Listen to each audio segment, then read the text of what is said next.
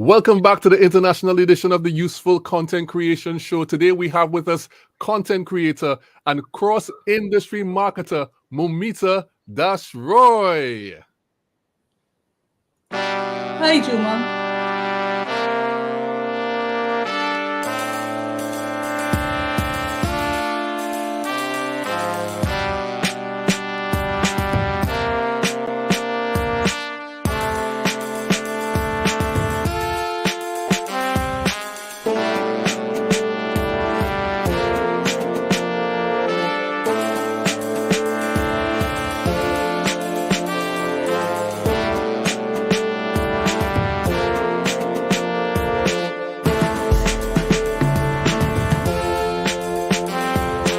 Broadcasting live from Relate Studios in Trinidad and Tobago, it's the Useful Content Creation Show with your host, Juma Bannister. Hello and welcome everyone to the Useful Content Creation Show. It's great to be back with you this week. My name is Juma and I'm very, very happy to be with you. And I want to make sure that we have liftoff inside of the live show this week, because usually I could look at my phone and I could tell that the show is on. But today, for some reason, it's not popping up. So if you're in the comments and you're here with us, please leave a comment so I know that we're live and we're kicking. In the meantime, let's go down the agenda so we can get to the things that we have to do. So a special welcome to the Useful Content community. As usual, today is episode 14 of season 2 of our show. And on this show, we will show Jared Best Mitchell some content love. Basically, we're going to look at his perspective on why offering something for free doesn't mean that somebody will jump at it. And of course, we have exclusive video content. We have 4 tips to make people watch your videos to the end. And today we're going to have a conversation with Mo, or Moumita, as we all know her. And of course, we have a brand new segment that we all know and love called Agree, Disagree. So welcome to everyone in the comments. Remember, we are the Useful Content community. We own the BULB emoji. And for those who don't know, let me show you what that looks like. Maybe I can have one of them jump up right now. Here we go. We own the BULB emoji. We throw up our bulbs. Let me pull this down again and see if we're live. Oh, I can't get the thing live on this right now, but that's okay. We don't need to have confirmation. But if we have comments, that will be confirmation if we have comments. All right, in the meantime, let me go and, usually at this point, I look at what happened in the last week. But we're not going to look at what happened in the last week. There's no other updates other than follow me on TikTok. Let me show you where. Go here and you can follow me on TikTok. That's the only update I'm going to give. Oh, someone is in the comments. Let me see who's there. Oh, it's Moumita. Is Moumita saying hello? Okay, good. So that means that somehow we are live on LinkedIn. I'm glad that we are. I think my internet company has it out for me on Thursdays. They let me live on Saturdays, but on Thursdays they're not letting me live for some reason. So we're gonna see what happens with that. All right. So let's show Jared Best Mitchell some content love this week. We'll get there. One more time. Let's show Jared Best Mitchell some content love.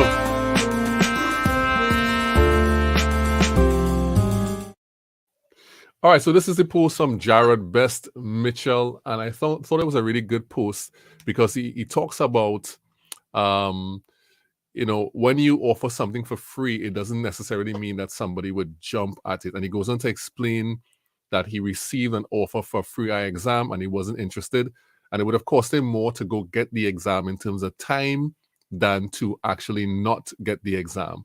And he kind of made the emphasis that when you are looking out, when you are going to offer something to someone, it doesn't matter if it's free, it has to be beneficial to them. So the best thing you can do is lead with insight and share the outcome and so on. And it's, oh, that's why. Okay. All right, so it says, it looks like your stream isn't showing up on LinkedIn. This is likely a known issue with LinkedIn. Try ending this broadcast and creating a new one, or just remove the and just re-add it. Okay, it's telling me that my stream is not showing up on LinkedIn. Can I, let me see, if I edit it, can I remove it and then add it back? Okay, let me remove it and add it back. How do I do that on the fly? It's the first time this has ever happened. It says most likely, and I didn't see it on LinkedIn, which was surprising. That is our main crowd on LinkedIn. Let me see. We're going to take a pause to see if we can kind of resolve this. All right, let's see if we can remove this, remove it, and then we're going to add it back, okay? Oh no, we're going to have to delete the whole post. I don't want to delete the whole post on LinkedIn. This is the first time this has happened. And today we have Moumita all the way from New Zealand. All right, so let's try again. Let's remove. It's important that our LinkedIn crowd sees this conversation. So I'm going to do the unthinkable. I'm going to remove it on LinkedIn. I'm going to try to add it back. Right? So let me remove it here. Ooh, and let me remove it. This is going to be rough. Okay, wait, hold on. Let me just take this out. This is the first time this has happened. Everything that could happen is happening today. Let me see. Okay, I'll just remove this destination and from the broadcast and then re-add it. Okay, I'm going to remove it. Let me remove. Let me go ahead and do that. And then let me add it back in. Save changes. Let's see if that fixes the problem. Hopefully it does. Hopefully it fixes the problem. We're keeping it running here. It's saying it's on. People probably are so disappointed. They're probably waiting on LinkedIn to see this. And they can't. Oh no, this is not good. Let me see. Hold on, let me just check. This is I am live, it's saying. Let me view on LinkedIn for a second. This is going to delay a bit.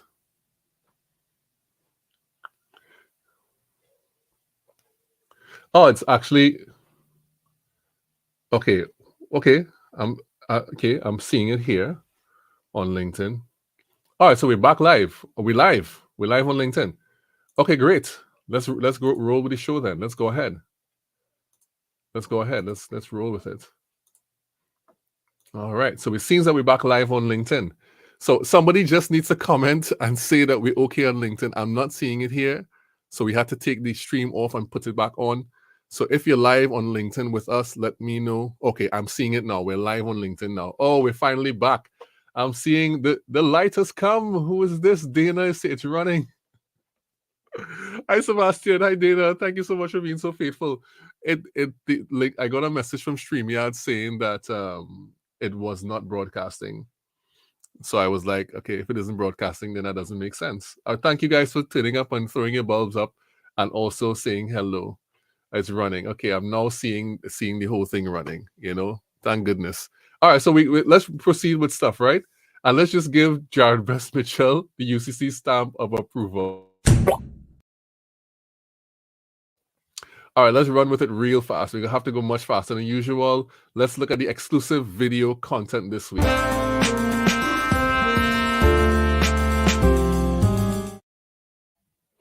All right, exclusive video content. We're going to look at this video here. 4 things to make people watch your videos till the end. 4 things you should do if you want people to watch your videos to the end. Number 1, make hooks that are related to the content in the video. For those who don't know, a hook is an opening statement in the video that is supposed to capture your audience. And I'll be the first to admit, coming up with good original hooks is hard. And using the same hooks over and over again is a sure way to make your content boring. Instead of doing that, look for one keyword or one interesting statement in your content and create a hook based on that. Number 2, make your video a story. People often just deliver information, but stories are an excellent way to captivate your audience. It turns the information into situations people can emotionally buy into. It gets you angry, it gets you sad, it gets you excited. And everyone wants to know the outcome of a good story. And people will invest in your story by sticking around till the end. Number 3, make it relatable. Telling stories is good, but telling stories people can relate to is even better. Here's what you can do. Focus on a known local problem or problem in your industry and talk about the challenges people may be experiencing with it. Then deliver the information you want to share in the form of a solution, and people will stay for the answer. Number 4, only make the video as long as it needs to be. While people will stick around for all of your video regardless of the time once the content is valuable to them, don't say something in 10 words that you can say in just 5. When you make your videos, be clear of the point you want to make and the message you want to communicate. And only say things that support that point or that message. And in so doing, you reduce the amount of time people have to spend to get value out of the content. And these are all right, so that is the video for this week. 4 things you can do to make sure people look at your videos to the end. All right, so since we have had some technical difficulties already, let's move swiftly into the next segment and bring on Moumita. All right, guys, if you're there, keep on commenting. I need to know that you're there so that we could keep everything rolling as it's supposed to. It's the first time this has happened, but we're going to roll with it, right? That's how we do. We roll with things. All right, the conversation with Moumita today. Tonight, we have with us all the way from Auckland, New Zealand, someone who has been to all 7 continents in the world, including Antarctica, global cross-industry marketer and educator with experience in copywriting to project management and most of the marketing and branding things in between. Please put your bulbs up and help me welcome to the show, Moumita Das Roy. Hi, Juma. Thank Hello. you for such a warm welcome. Yes, you deserve it. You deserve the warm welcome, Mo. It's great to have you. I couldn't say it so well for myself. Well, I just took all the pieces that was supplied to me and I put them together in a nice way. So I'm grateful for that. I'm grateful. All right, so let's roll with it. Let's see. Got no sound on LinkedIn. To be an elite streamer, handle technical difficulties in a smooth manner. Guys, let me just show some of these comments real fast. So Dana threw up her bulbs earlier. Sebastian was saying it is running. Thank and you. Of course, Sebastian saying hello. Then Chelsea, I haven't seen her before. How are you doing? Good to see you on the Useful Content Creation Show. Dana was stirring up her flames. Garen was saying let's go. Copious amounts of bulbs. Also, Allison was saying, let's go. And then she was saying there's no sound on LinkedIn. Hopefully it's back now. And to be an elite streamer means you have to be able to handle technical difficulties in a smooth manner. Yes, that is true. And then Garen is back with more bulbs again. And then Dana is throwing up even more. Hey, guys, and thank you so much for the support. And thank you, Moumita, for being here with us. So, Moumita. And I should say one Juma was the scene. Oh, was the scene? Yes. Apparently, for all the trainees in the audience, apparently Moumita hasn't been to Trinidad, but she has had lots of Trinidadian influence in her ear to tell her what's happening. That's excellent, man. So welcome to the show, Mo. So tell the people who you are and what you're about. First of all, thank you for having me. This is an amazing show, and I'm so proud to be a friend for you and also be a part of your show today. So like you said, I am this marketer, this cross-industry marketer. And 100 years back, I started with advertising while my university results I was expecting my university results to come out. Somebody said that, you go ahead and do some copy tests. You enjoy writing and you're this dot connector. So I said, okay, why not? So I went ahead and took 5 copy tests and I cleared 2.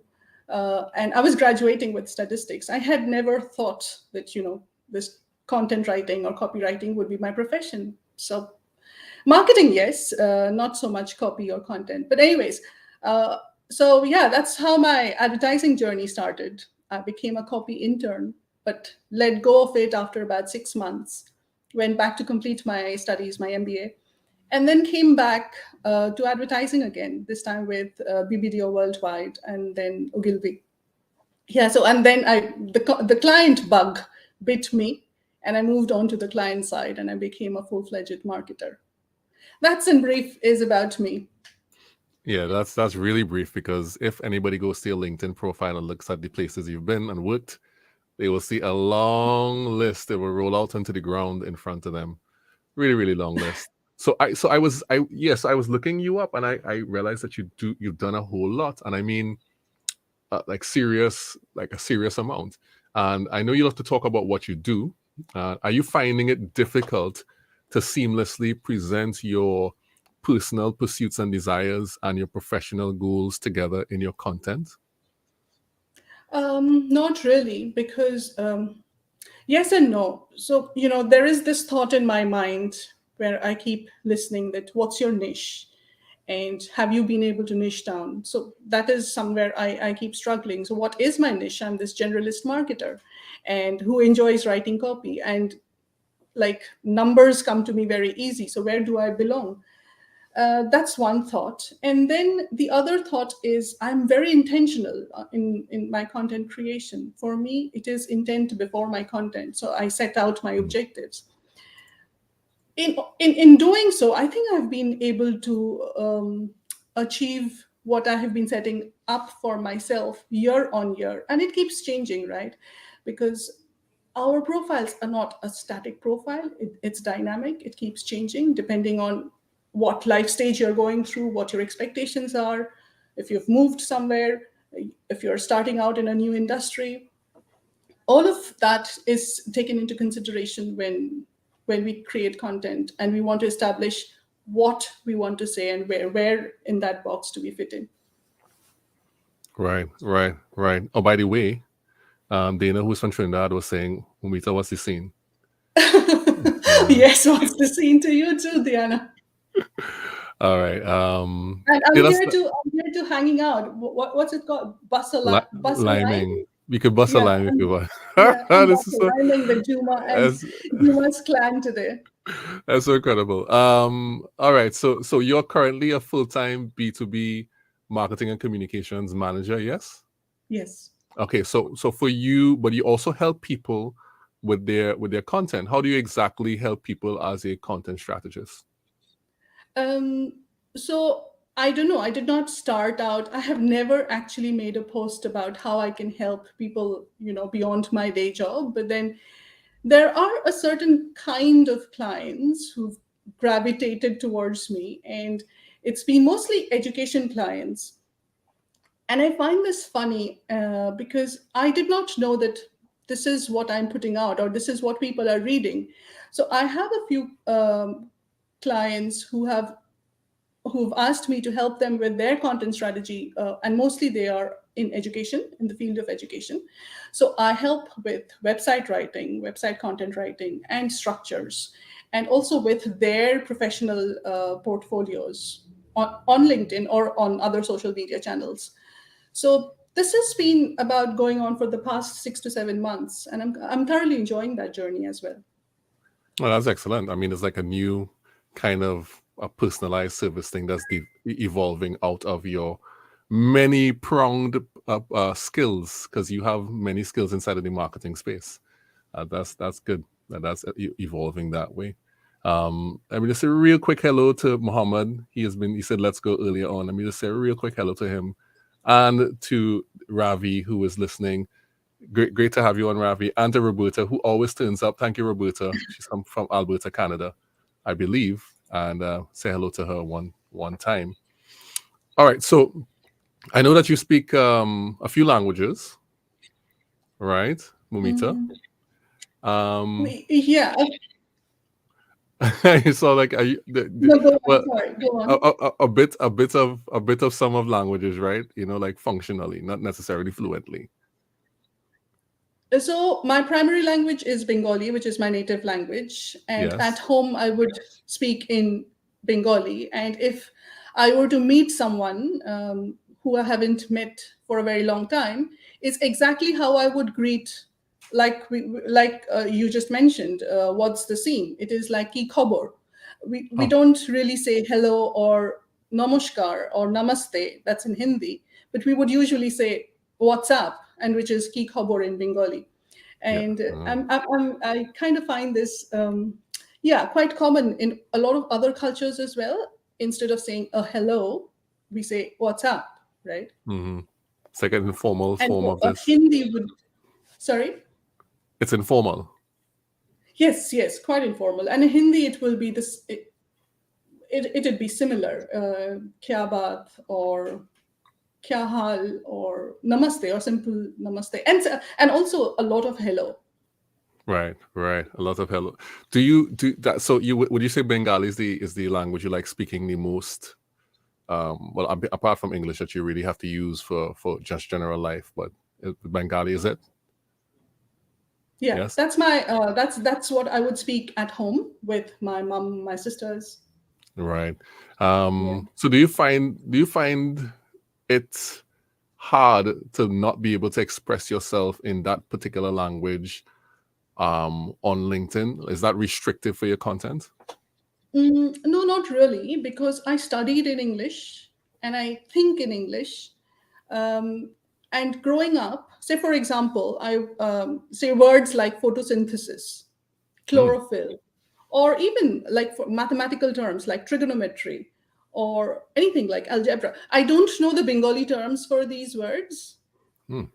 So the communication, the instruction, the language of instruction was English. So I know these words only in English. So it's not too difficult. But I also enjoy writing in Bengali. Yes. Right, that's cool. And and to speak to that, the 2020 resolutions from around the world video that you did, was that the biggest piece of collaborative content you've ever worked on? Um, yes, that was biggest for me in terms of bringing everything together, like Hmm. from the just the script, the organization, putting into a structure, and also editing. But I think Sebastian coordinated a similar video on another day. I forget which day it was. And so I think that was even more a number of people. Sebastian Ong, who we just saw here on the live a while back. It was, I think, with 24 people. And I Mm. think that is the biggest that I've done so far. So what was that collaborative process like? So for that one, I hardly had to do anything, just record my part and send it off to Sebastian. He did the heavy lifting, but yeah, that would be the biggest. I mean, by biggest, I mean most number of people. And what about the one before that? What was that process like? The collaboration one, the one that we did with the ladies of LinkedIn, the resolutions, you mean? Hmm. Yeah. So for me, that was like, working out the script, putting a Google sheet, like a structure. I'm a very structure driven person as well. So for me, I think through the job first and then implement, so that my editing takes less time, so that I have everything in one place. So I was like requesting the ladies, put everything in that Google sheet, so I have everything in one screen. It becomes an easy copy paste job for me. So Mm. I put that structure in place first, and then it was an easy, back-to-back edits. Right, right. Yeah. So people, you are very organized. I would have given you a lot of trouble to submit my stuff. I would have been like, because once somebody is like an organized person, you have to get the thing in the sheets, and because they have an idea. So that's really cool. And I guess doing that in different time zones, was that challenging? Yeah, it was. It was. But then we had, and we were also pushing deadlines. I mean, we had a deadline to meet. We had just that one day when we had to post it. So it was like about 2 to 3 days prior to that, just work around those time zones. And I tend to be 24/7 these days, so it's like Right. always on. Right. Excellent. Excellent. Excellent. Let me just go back into the comments. And Yeah. Roberta responded. She said, in Victoria, British Columbia, Canada. Alberta is the next province over. Okay, great. Now that I know you're in Victoria, I'll say that next time instead of Alberta. But yes, I tried to remember where you were from, Roberta. Thank you for being here. And Sebastian saying he's still here, and say she Thank did a you. lot. And she organized the writing and split up the text and pacifying frayed nerves. That's not supposed to be told on live, Sebastian. That's He behind the said scenes. She's telling the truth. She's telling the truth. What? Majida saying, "Hey, Juma and Moumita, good to have you on, Majida." Yeah. And what she would hate us for. Yes, Sebastian is great. Yeah, He was on the show. absolutely. He got up like at 2:30 a.m. in the morning to be on the show. So yeah, he's great and he's crazy too. Go ahead, Moumita. No, and it's 3 a.m. right now, his time. Yes. Sebastian, listen, let me tell you. I'll just take a little detour, right? The reason I don't have a lot of people from the UK on the show is because it's for that very reason. That when the show runs at 9:30, it's like 2 a.m. across. And so when I want to invite people from the UK, they can never make it. Even people from the US don't want to come on at 9:30. But Sebastian is like he's up at all kind of hours, just turning up in the comments. Oh my. They have to see what happened behind the scenes. Yes, Sebastian. He's talking about the thing again. Okay, all right. So why is Sebastian in the comments doing this? Shh. He's shushing us now. I'm very, very distracted today, as you could probably tell. I'm normally more sharp than this. Okay, so you've done a few It's all videos right. focusing on showing how people from different parts of the world, right? So you've done a couple of videos like that. That resolutions one was not the only one. Why is it important to you to show all of the diversity of our global village in your contents? I don't know. I should thank you for that question. And no one's asked me that question before, but I have it in my head and my heart so strongly. I am happy to share it with you. So I grew up as the eldest of three sisters in India, and I grew up in the 80s, where,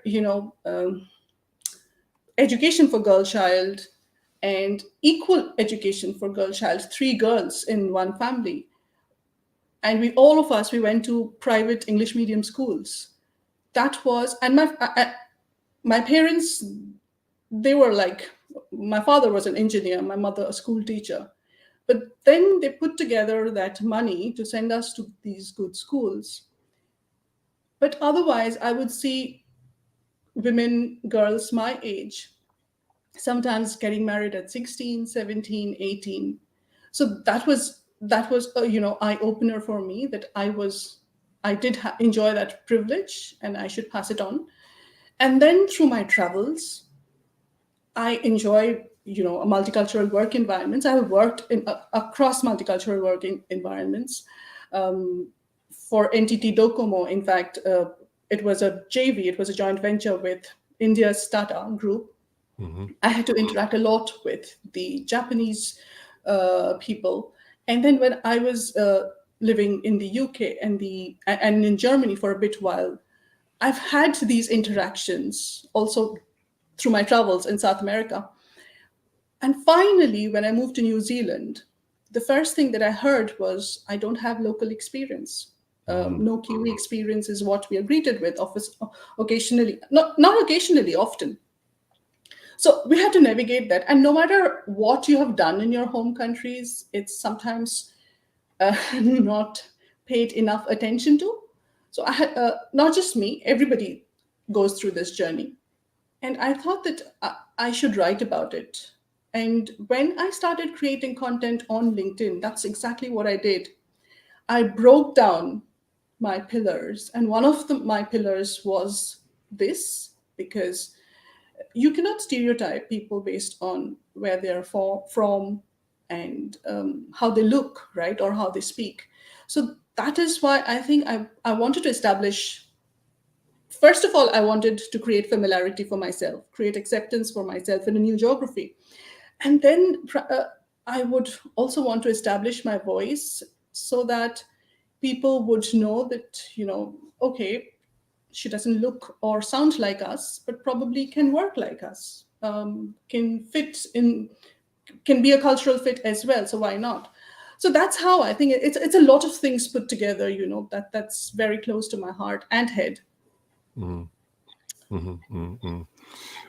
Would you say your Baba was important in teaching you how to deal with these things? Yes, absolutely. He didn't know when he was teaching it. I didn't know when I was learning it, but it's kind of cognitive learning, right? you just pick it up, and later on in your life you live those experiences, you manifest those experiences. Yeah, that's important. That's important. All right. So with that in mind, let me just show a video here that I know probably you would like, of you.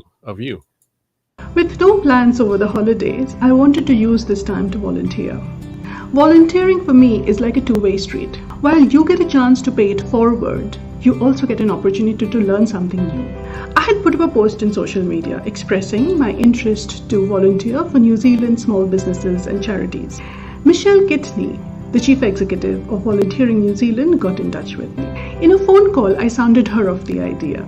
What if we did testimonial videos of how volunteering has helped the lives of those around us and also ours? She loved the idea and wanted me to draft the project brief.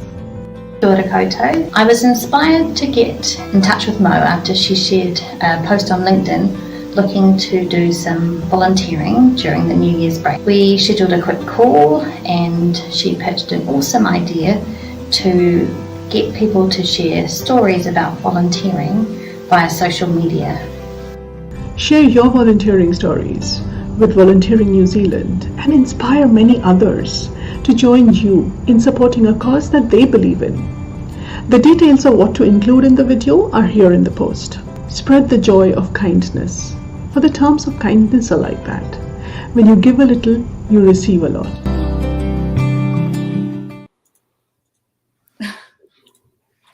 Yeah, that was lovely. So how did that process go? First of all, thank you for bringing that up, Juma. It's like ancient by social media history. It must be December 2020 that post that you've pulled up. So thank you for doing all this research. I know you're a brilliant host, so thank you once again. You're welcome. When we were going through this first lockdown of COVID, it was 2020 and we couldn't travel. I was supposed to go back to India visiting my family. I couldn't. And then we were also not allowed to travel domestic that much. So I put up a post on LinkedIn wanting to volunteer for New Zealand small businesses and charities because I had nothing to do. I had like 15 days of leave that I had to take. And so therefore I put this post up and Volunteering New Zealand got in touch with me. I mean, what best could I expect? Volunteering for Volunteering New Zealand. And often what happens is when we are thinking of volunteering, we're thinking of what we are giving to the community. And like we're coming from, a position of giving, but we often do not recognize what it does to us. I have got back so much more through this project and other things that I do, that it is amazing.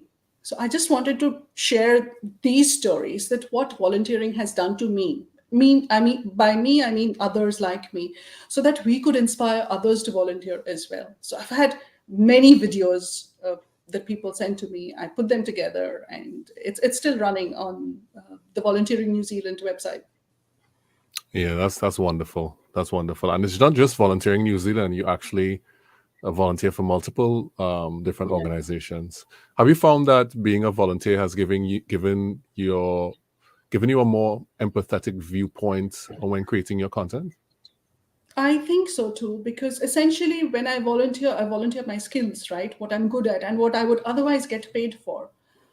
So recently I've also been signed up by Volunteer Service Abroad, and they are an organization. They send Kiwis on projects to various Pacific Island communities. And I'm currently working with Samoa Women's Association of Growers. They are a not-for-profit. Swag, yes. Yeah.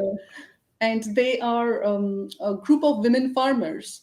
So they needed help with how these women farmers, they could present themselves more confidently on social media, write their presentation pitch. How could they ask for money? So, helping them with their business presentations, with their social media skills, and all of that is what I do. So yeah, it's been a very gratifying experience for me. That's wonderful. Yeah, and we all need that. I mean, it's kind of like, as you were saying, you help, but it changes you. So it is transformational. It's a two-way street in transformation. Okay, so I'm wondering, how come you never really got seriously into making like more travel content? Is it that you were not thinking about it at the time you were traveling? See, so I have lived a corporate life for most of my life, like a very serious business corporate life, and my vacations would be like, once or twice a year vacations. But the last gap year that I took was after I lost my dad in 2017. So I lost my dad to a 2 months illness, and then I suddenly stopped to recognize that I was overworking, underfeeling, and so I had to take a pause. That's when I started, I went to South America. And I did not want to write because I think I was going through a process of healing. I did not want to express at all.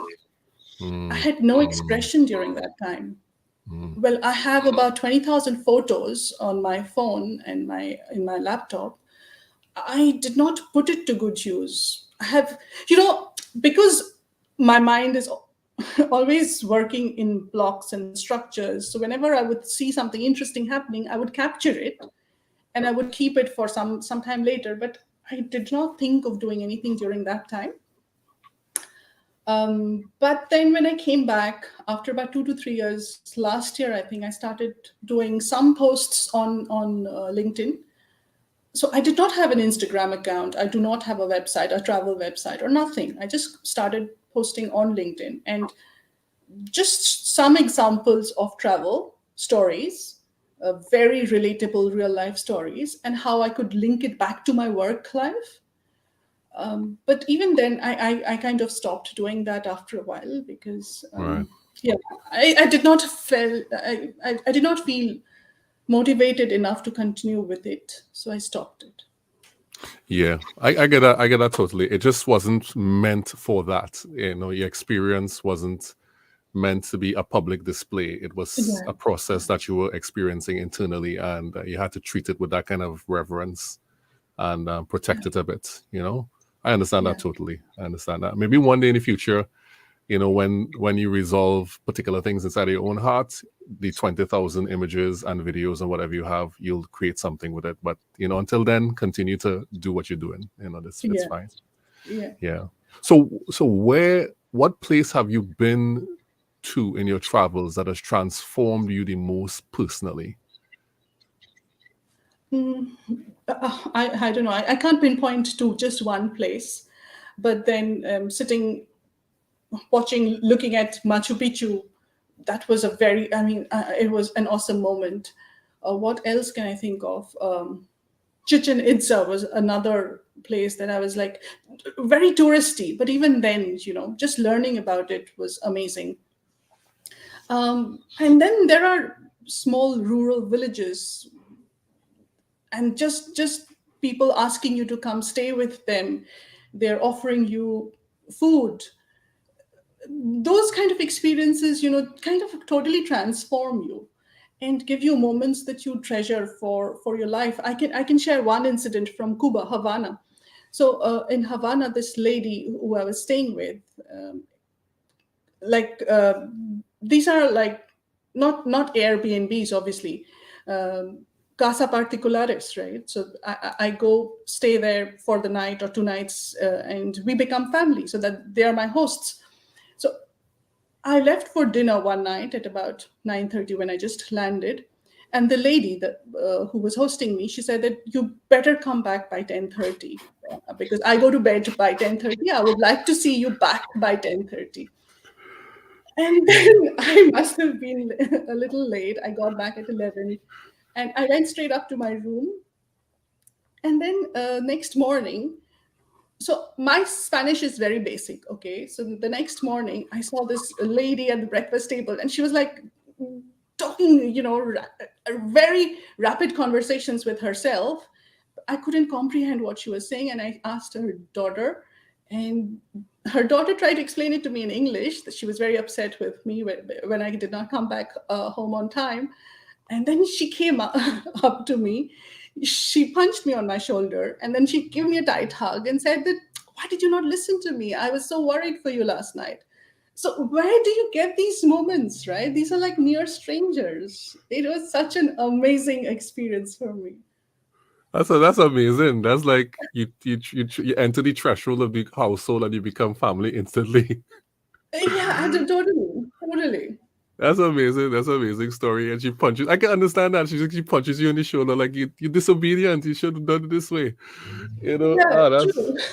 That's amazing. I think that's amazing. That's amazing. That's like the only people who could do that to you like that and feel that way is like they have the family. They feel a particular way about you. It's interesting. Absolutely. Oh, Cuba. We'll recommend, I suppose. We'll recommend.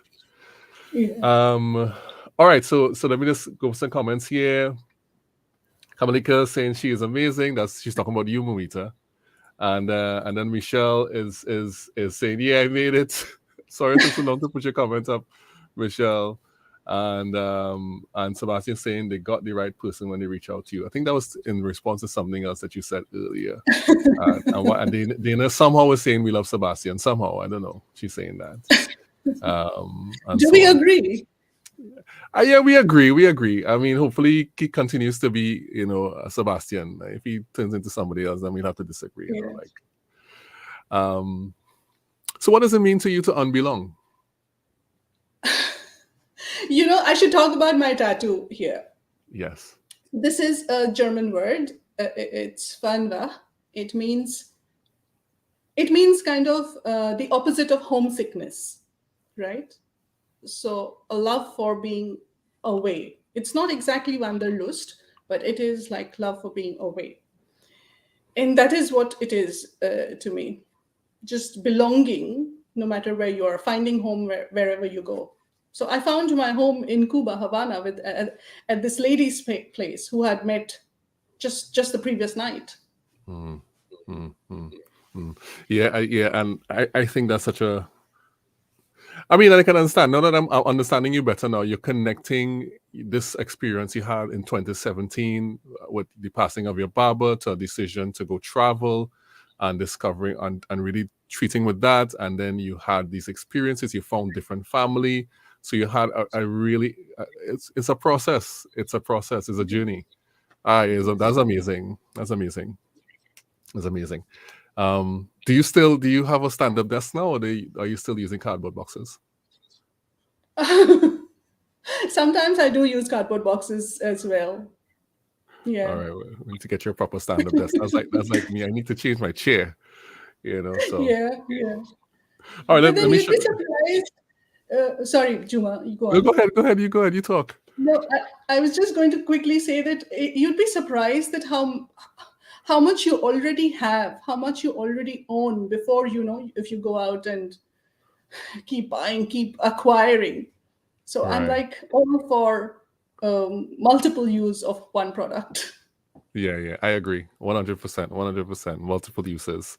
Most of the stuff I have is very old, and my wife wants me to change it. So, all right. Let me show you this video. Right, this video that you made, which I found was really cool.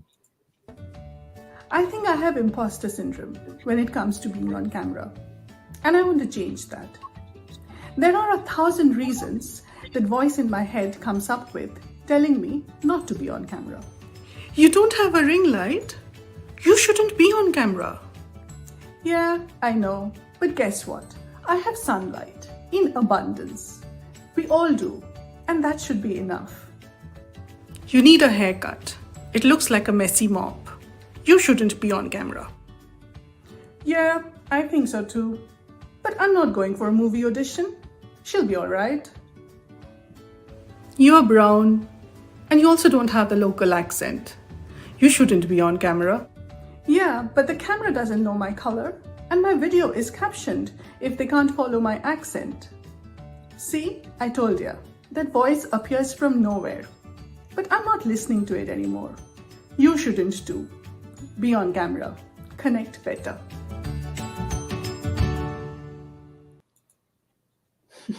Lovely.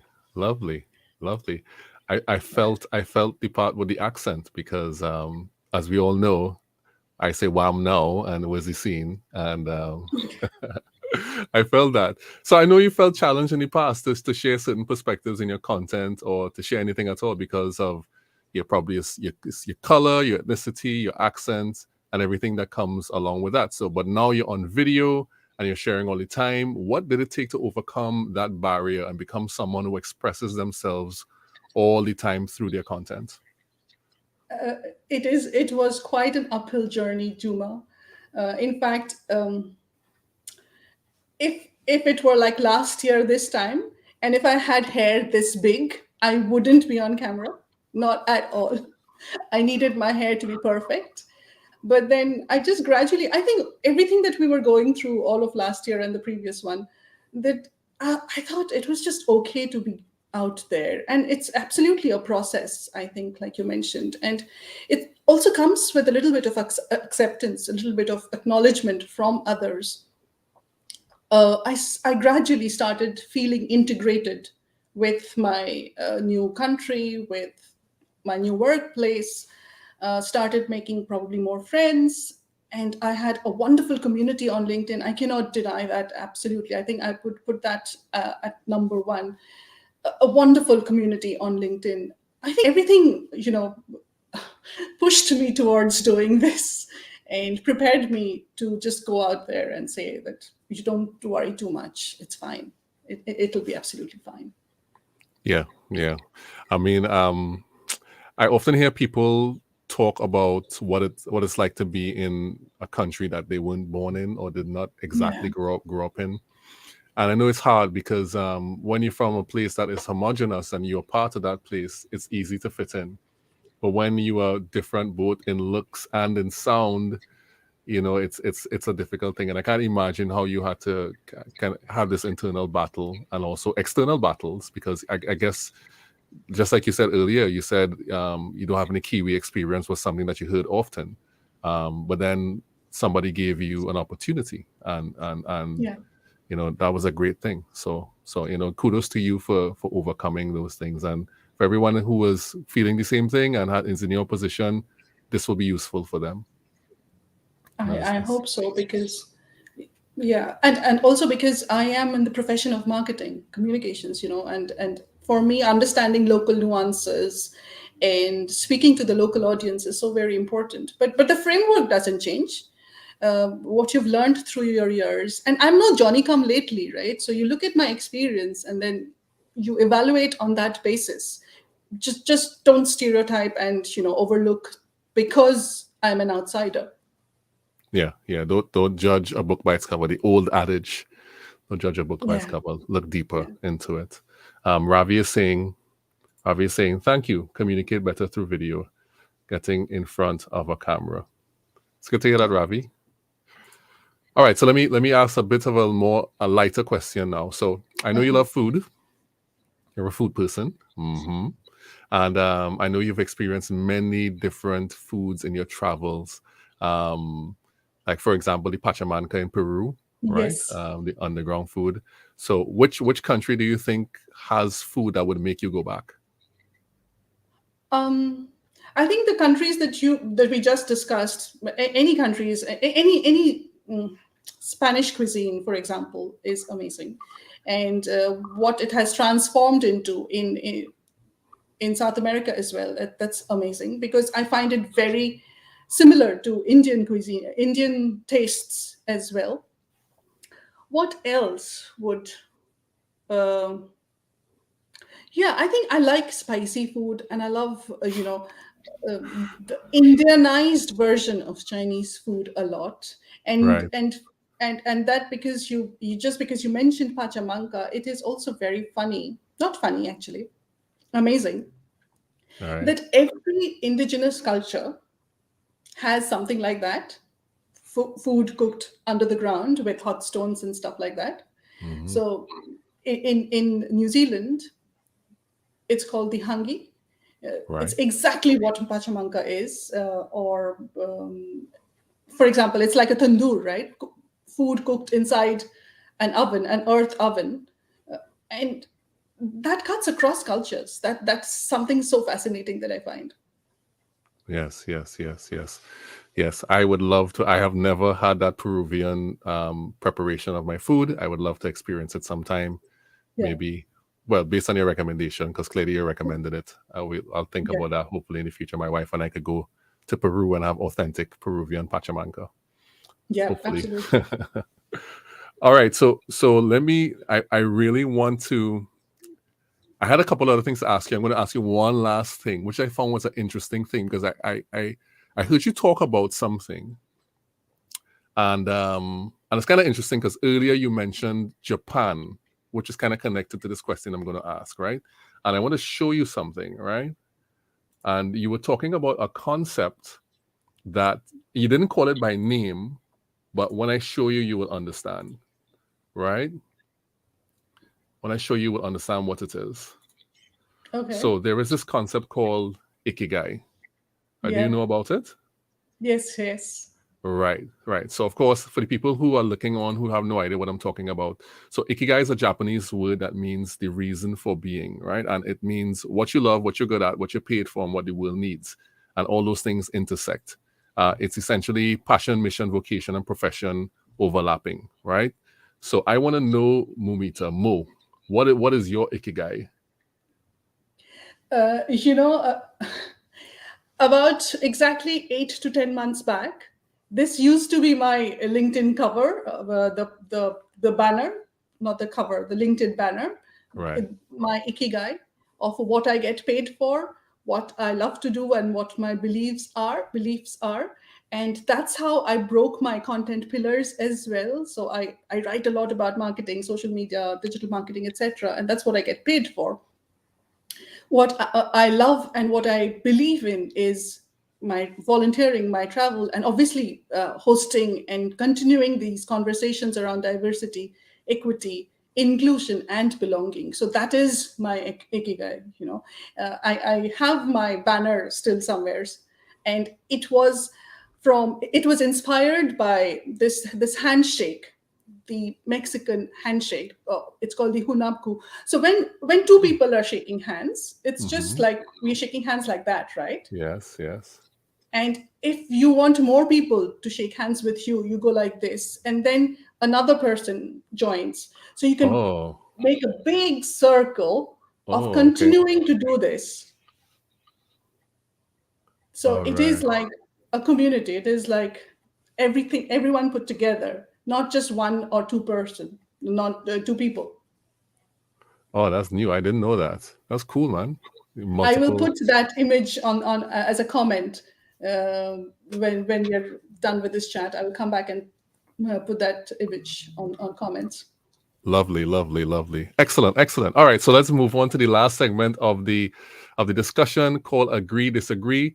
And I love to play this segment because it just asks questions or makes statements and ask you if you agree or disagree with it. Now, the statements that I'm going to throw up is not necessarily reflective of what I agree or disagree with.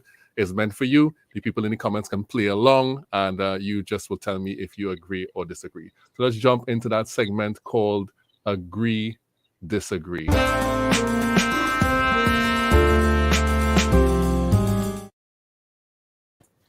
All right. The more the merrier. Oh, Sebastian was saying the more the Mexican handshake. Is it Mexican, you said? Or South American? I don't know. I'm not sure. Yeah. All right. So let's play Agree, Disagree, right? Now, this is one that I ask everyone, and I'm going to ask it to you too. Agree, disagree, Mo. Passion before skill. Agree.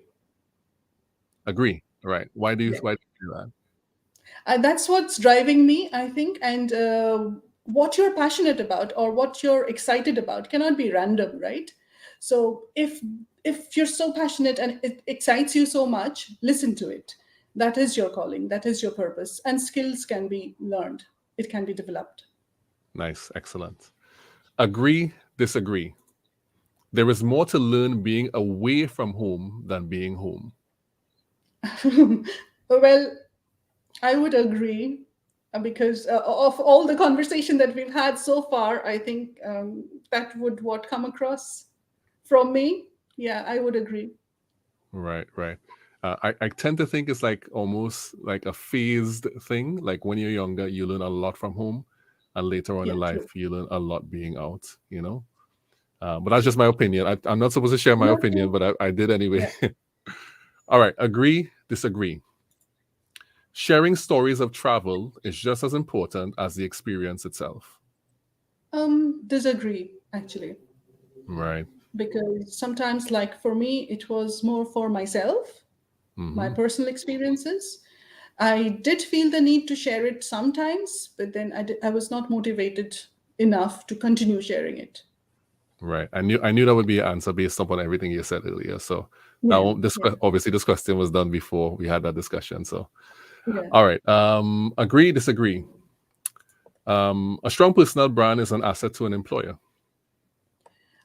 It is an asset to an employer, but it is up to that employer to recognize it, because there could be challenges accepting someone with a very strong personal brand, but then it is up to that employer to make the most of it and make that person work as your advocate, um, to to put your organization out even further. Right, So I right. agree. Yeah. Okay, excellent, excellent. Agree, disagree. Being an ambivert is an advantage for content creation. Yeah, agree. I am an ambivert, and I need my quiet moments, my silent moments, as much as I need my, talkative moments. So I think I draw energy from people and also from myself. So I agree. Okay, nice. This is one I asked people already too, and I'm going to ask you the same thing. Agree, disagree. On social media, you grow more from doing rather than consuming. Um, so when you say consuming, are you saying that you're just not doing anything at all, like lurking, and you're just not right out there at all? Yeah, when I say consuming, I don't usually qualify these things, but I'll qualify it for you. When I say Okay. consuming, I mean like you would watch 2 hours of videos. You'll watch it. No, I think we need expression to grow. Right, Yeah. right, right, right, right. Okay, so that is disagree. And lastly, agree, disagree. Charity does in fact begin at home. Yeah, agree. Agree. Oh, I Agree spelled begin totally. wrong, but that's okay. No one will notice unless I say it. Yeah, it does begin at home. Yes. Yes, yes, exactly. All right, that's it. That's wonderful. So we come to the end of the show today. Thank you so much, Mo, for being on and for having this discussion with me. Let me quickly throw up some of your contact stuff so people can get you. You can get Moumita on LinkedIn at Moumita-Roy. That's correct, right? I'm going to make sure. Yes. Yes. All Yes. right. Absolutely. And of course, Moumita is on TikTok. I don't know. Have I seen you on TikTok? You I'm know, barely there, barely there. And I should also tell you one quick thing before we go. I've already been trolled on TikTok. So somebody said that on that video that you just showed a while back, when I'm sharing my, I'm not very comfortable on camera, etc. Somebody actually wrote that your face is good for radio. You should just, your face is this, good for audio. You should just stay there. yeah, the TikTok is gonna be after if you're on LinkedIn, LinkedIn is very protected. TikTok is the Wild West. Yeah. I've been told so many weird stuff. So the last thing I was told on TikTok was kind of like, and I'm assuming these are kids, right? That's all I have to assume. These are kids saying these things, and it was so quote unquote off-putting. But I usually respond like this. I usually say, "Thank you, welcome to the community," and I usually kind of address them. But then all of the other people, my followers, were like, "How could you say that?" They were angry. They were angry, and I just had to kind of ignore. And when they see how I responded, then people like chilled out and stuff like that. Yeah. Yeah. So TikTok is full of trolls. Yeah. Um, But is it stopping us? It won't, right? No, it won't. It definitely won't. We've Exactly. been through too much to have a one troll do anything. True. Travel to rebound on IG, and that is your Instagram, right? Yes. Mm-hmm. A bit, some penguins on there and stuff like that. You can go check it out. It's pretty cool. All right, that's it. Do you want anything you want to share? Any last thing you want to share with the people? Any parting words of wisdom? I don't know parting words of wisdom or not, but what I would definitely want to say is, um, growing up, I would always consider career as a ladder, like going up vertically. But I've stopped thinking it like that. For me, career, profession, everything is like a matrix right now. I'm like going vertical, horizontal, diagonal, whichever way I want to go. Mm-hmm. And that has given me such an amazing experience. So often we hold ourselves back and we limit ourselves thinking that, no, that's the only way to go. But it isn't actually. You get so much more, wonderful experiences just going beyond the traditional descriptions that we are used to. I think that would how I ended. Excellent words to end off there. Thank you so much, Moumita, for being here on the show. I appreciate you being here. Thank you so much, Useful Content community, for being here. If you are here at the end of the replay, don't forget to put your hashtag UCC replay, and we will see you very soon in the next episode of the Useful Content Creation Show. Bye, everyone. Thank you so much, Juma, and thank you for your community. It was a pleasure talking to you. You're so welcome.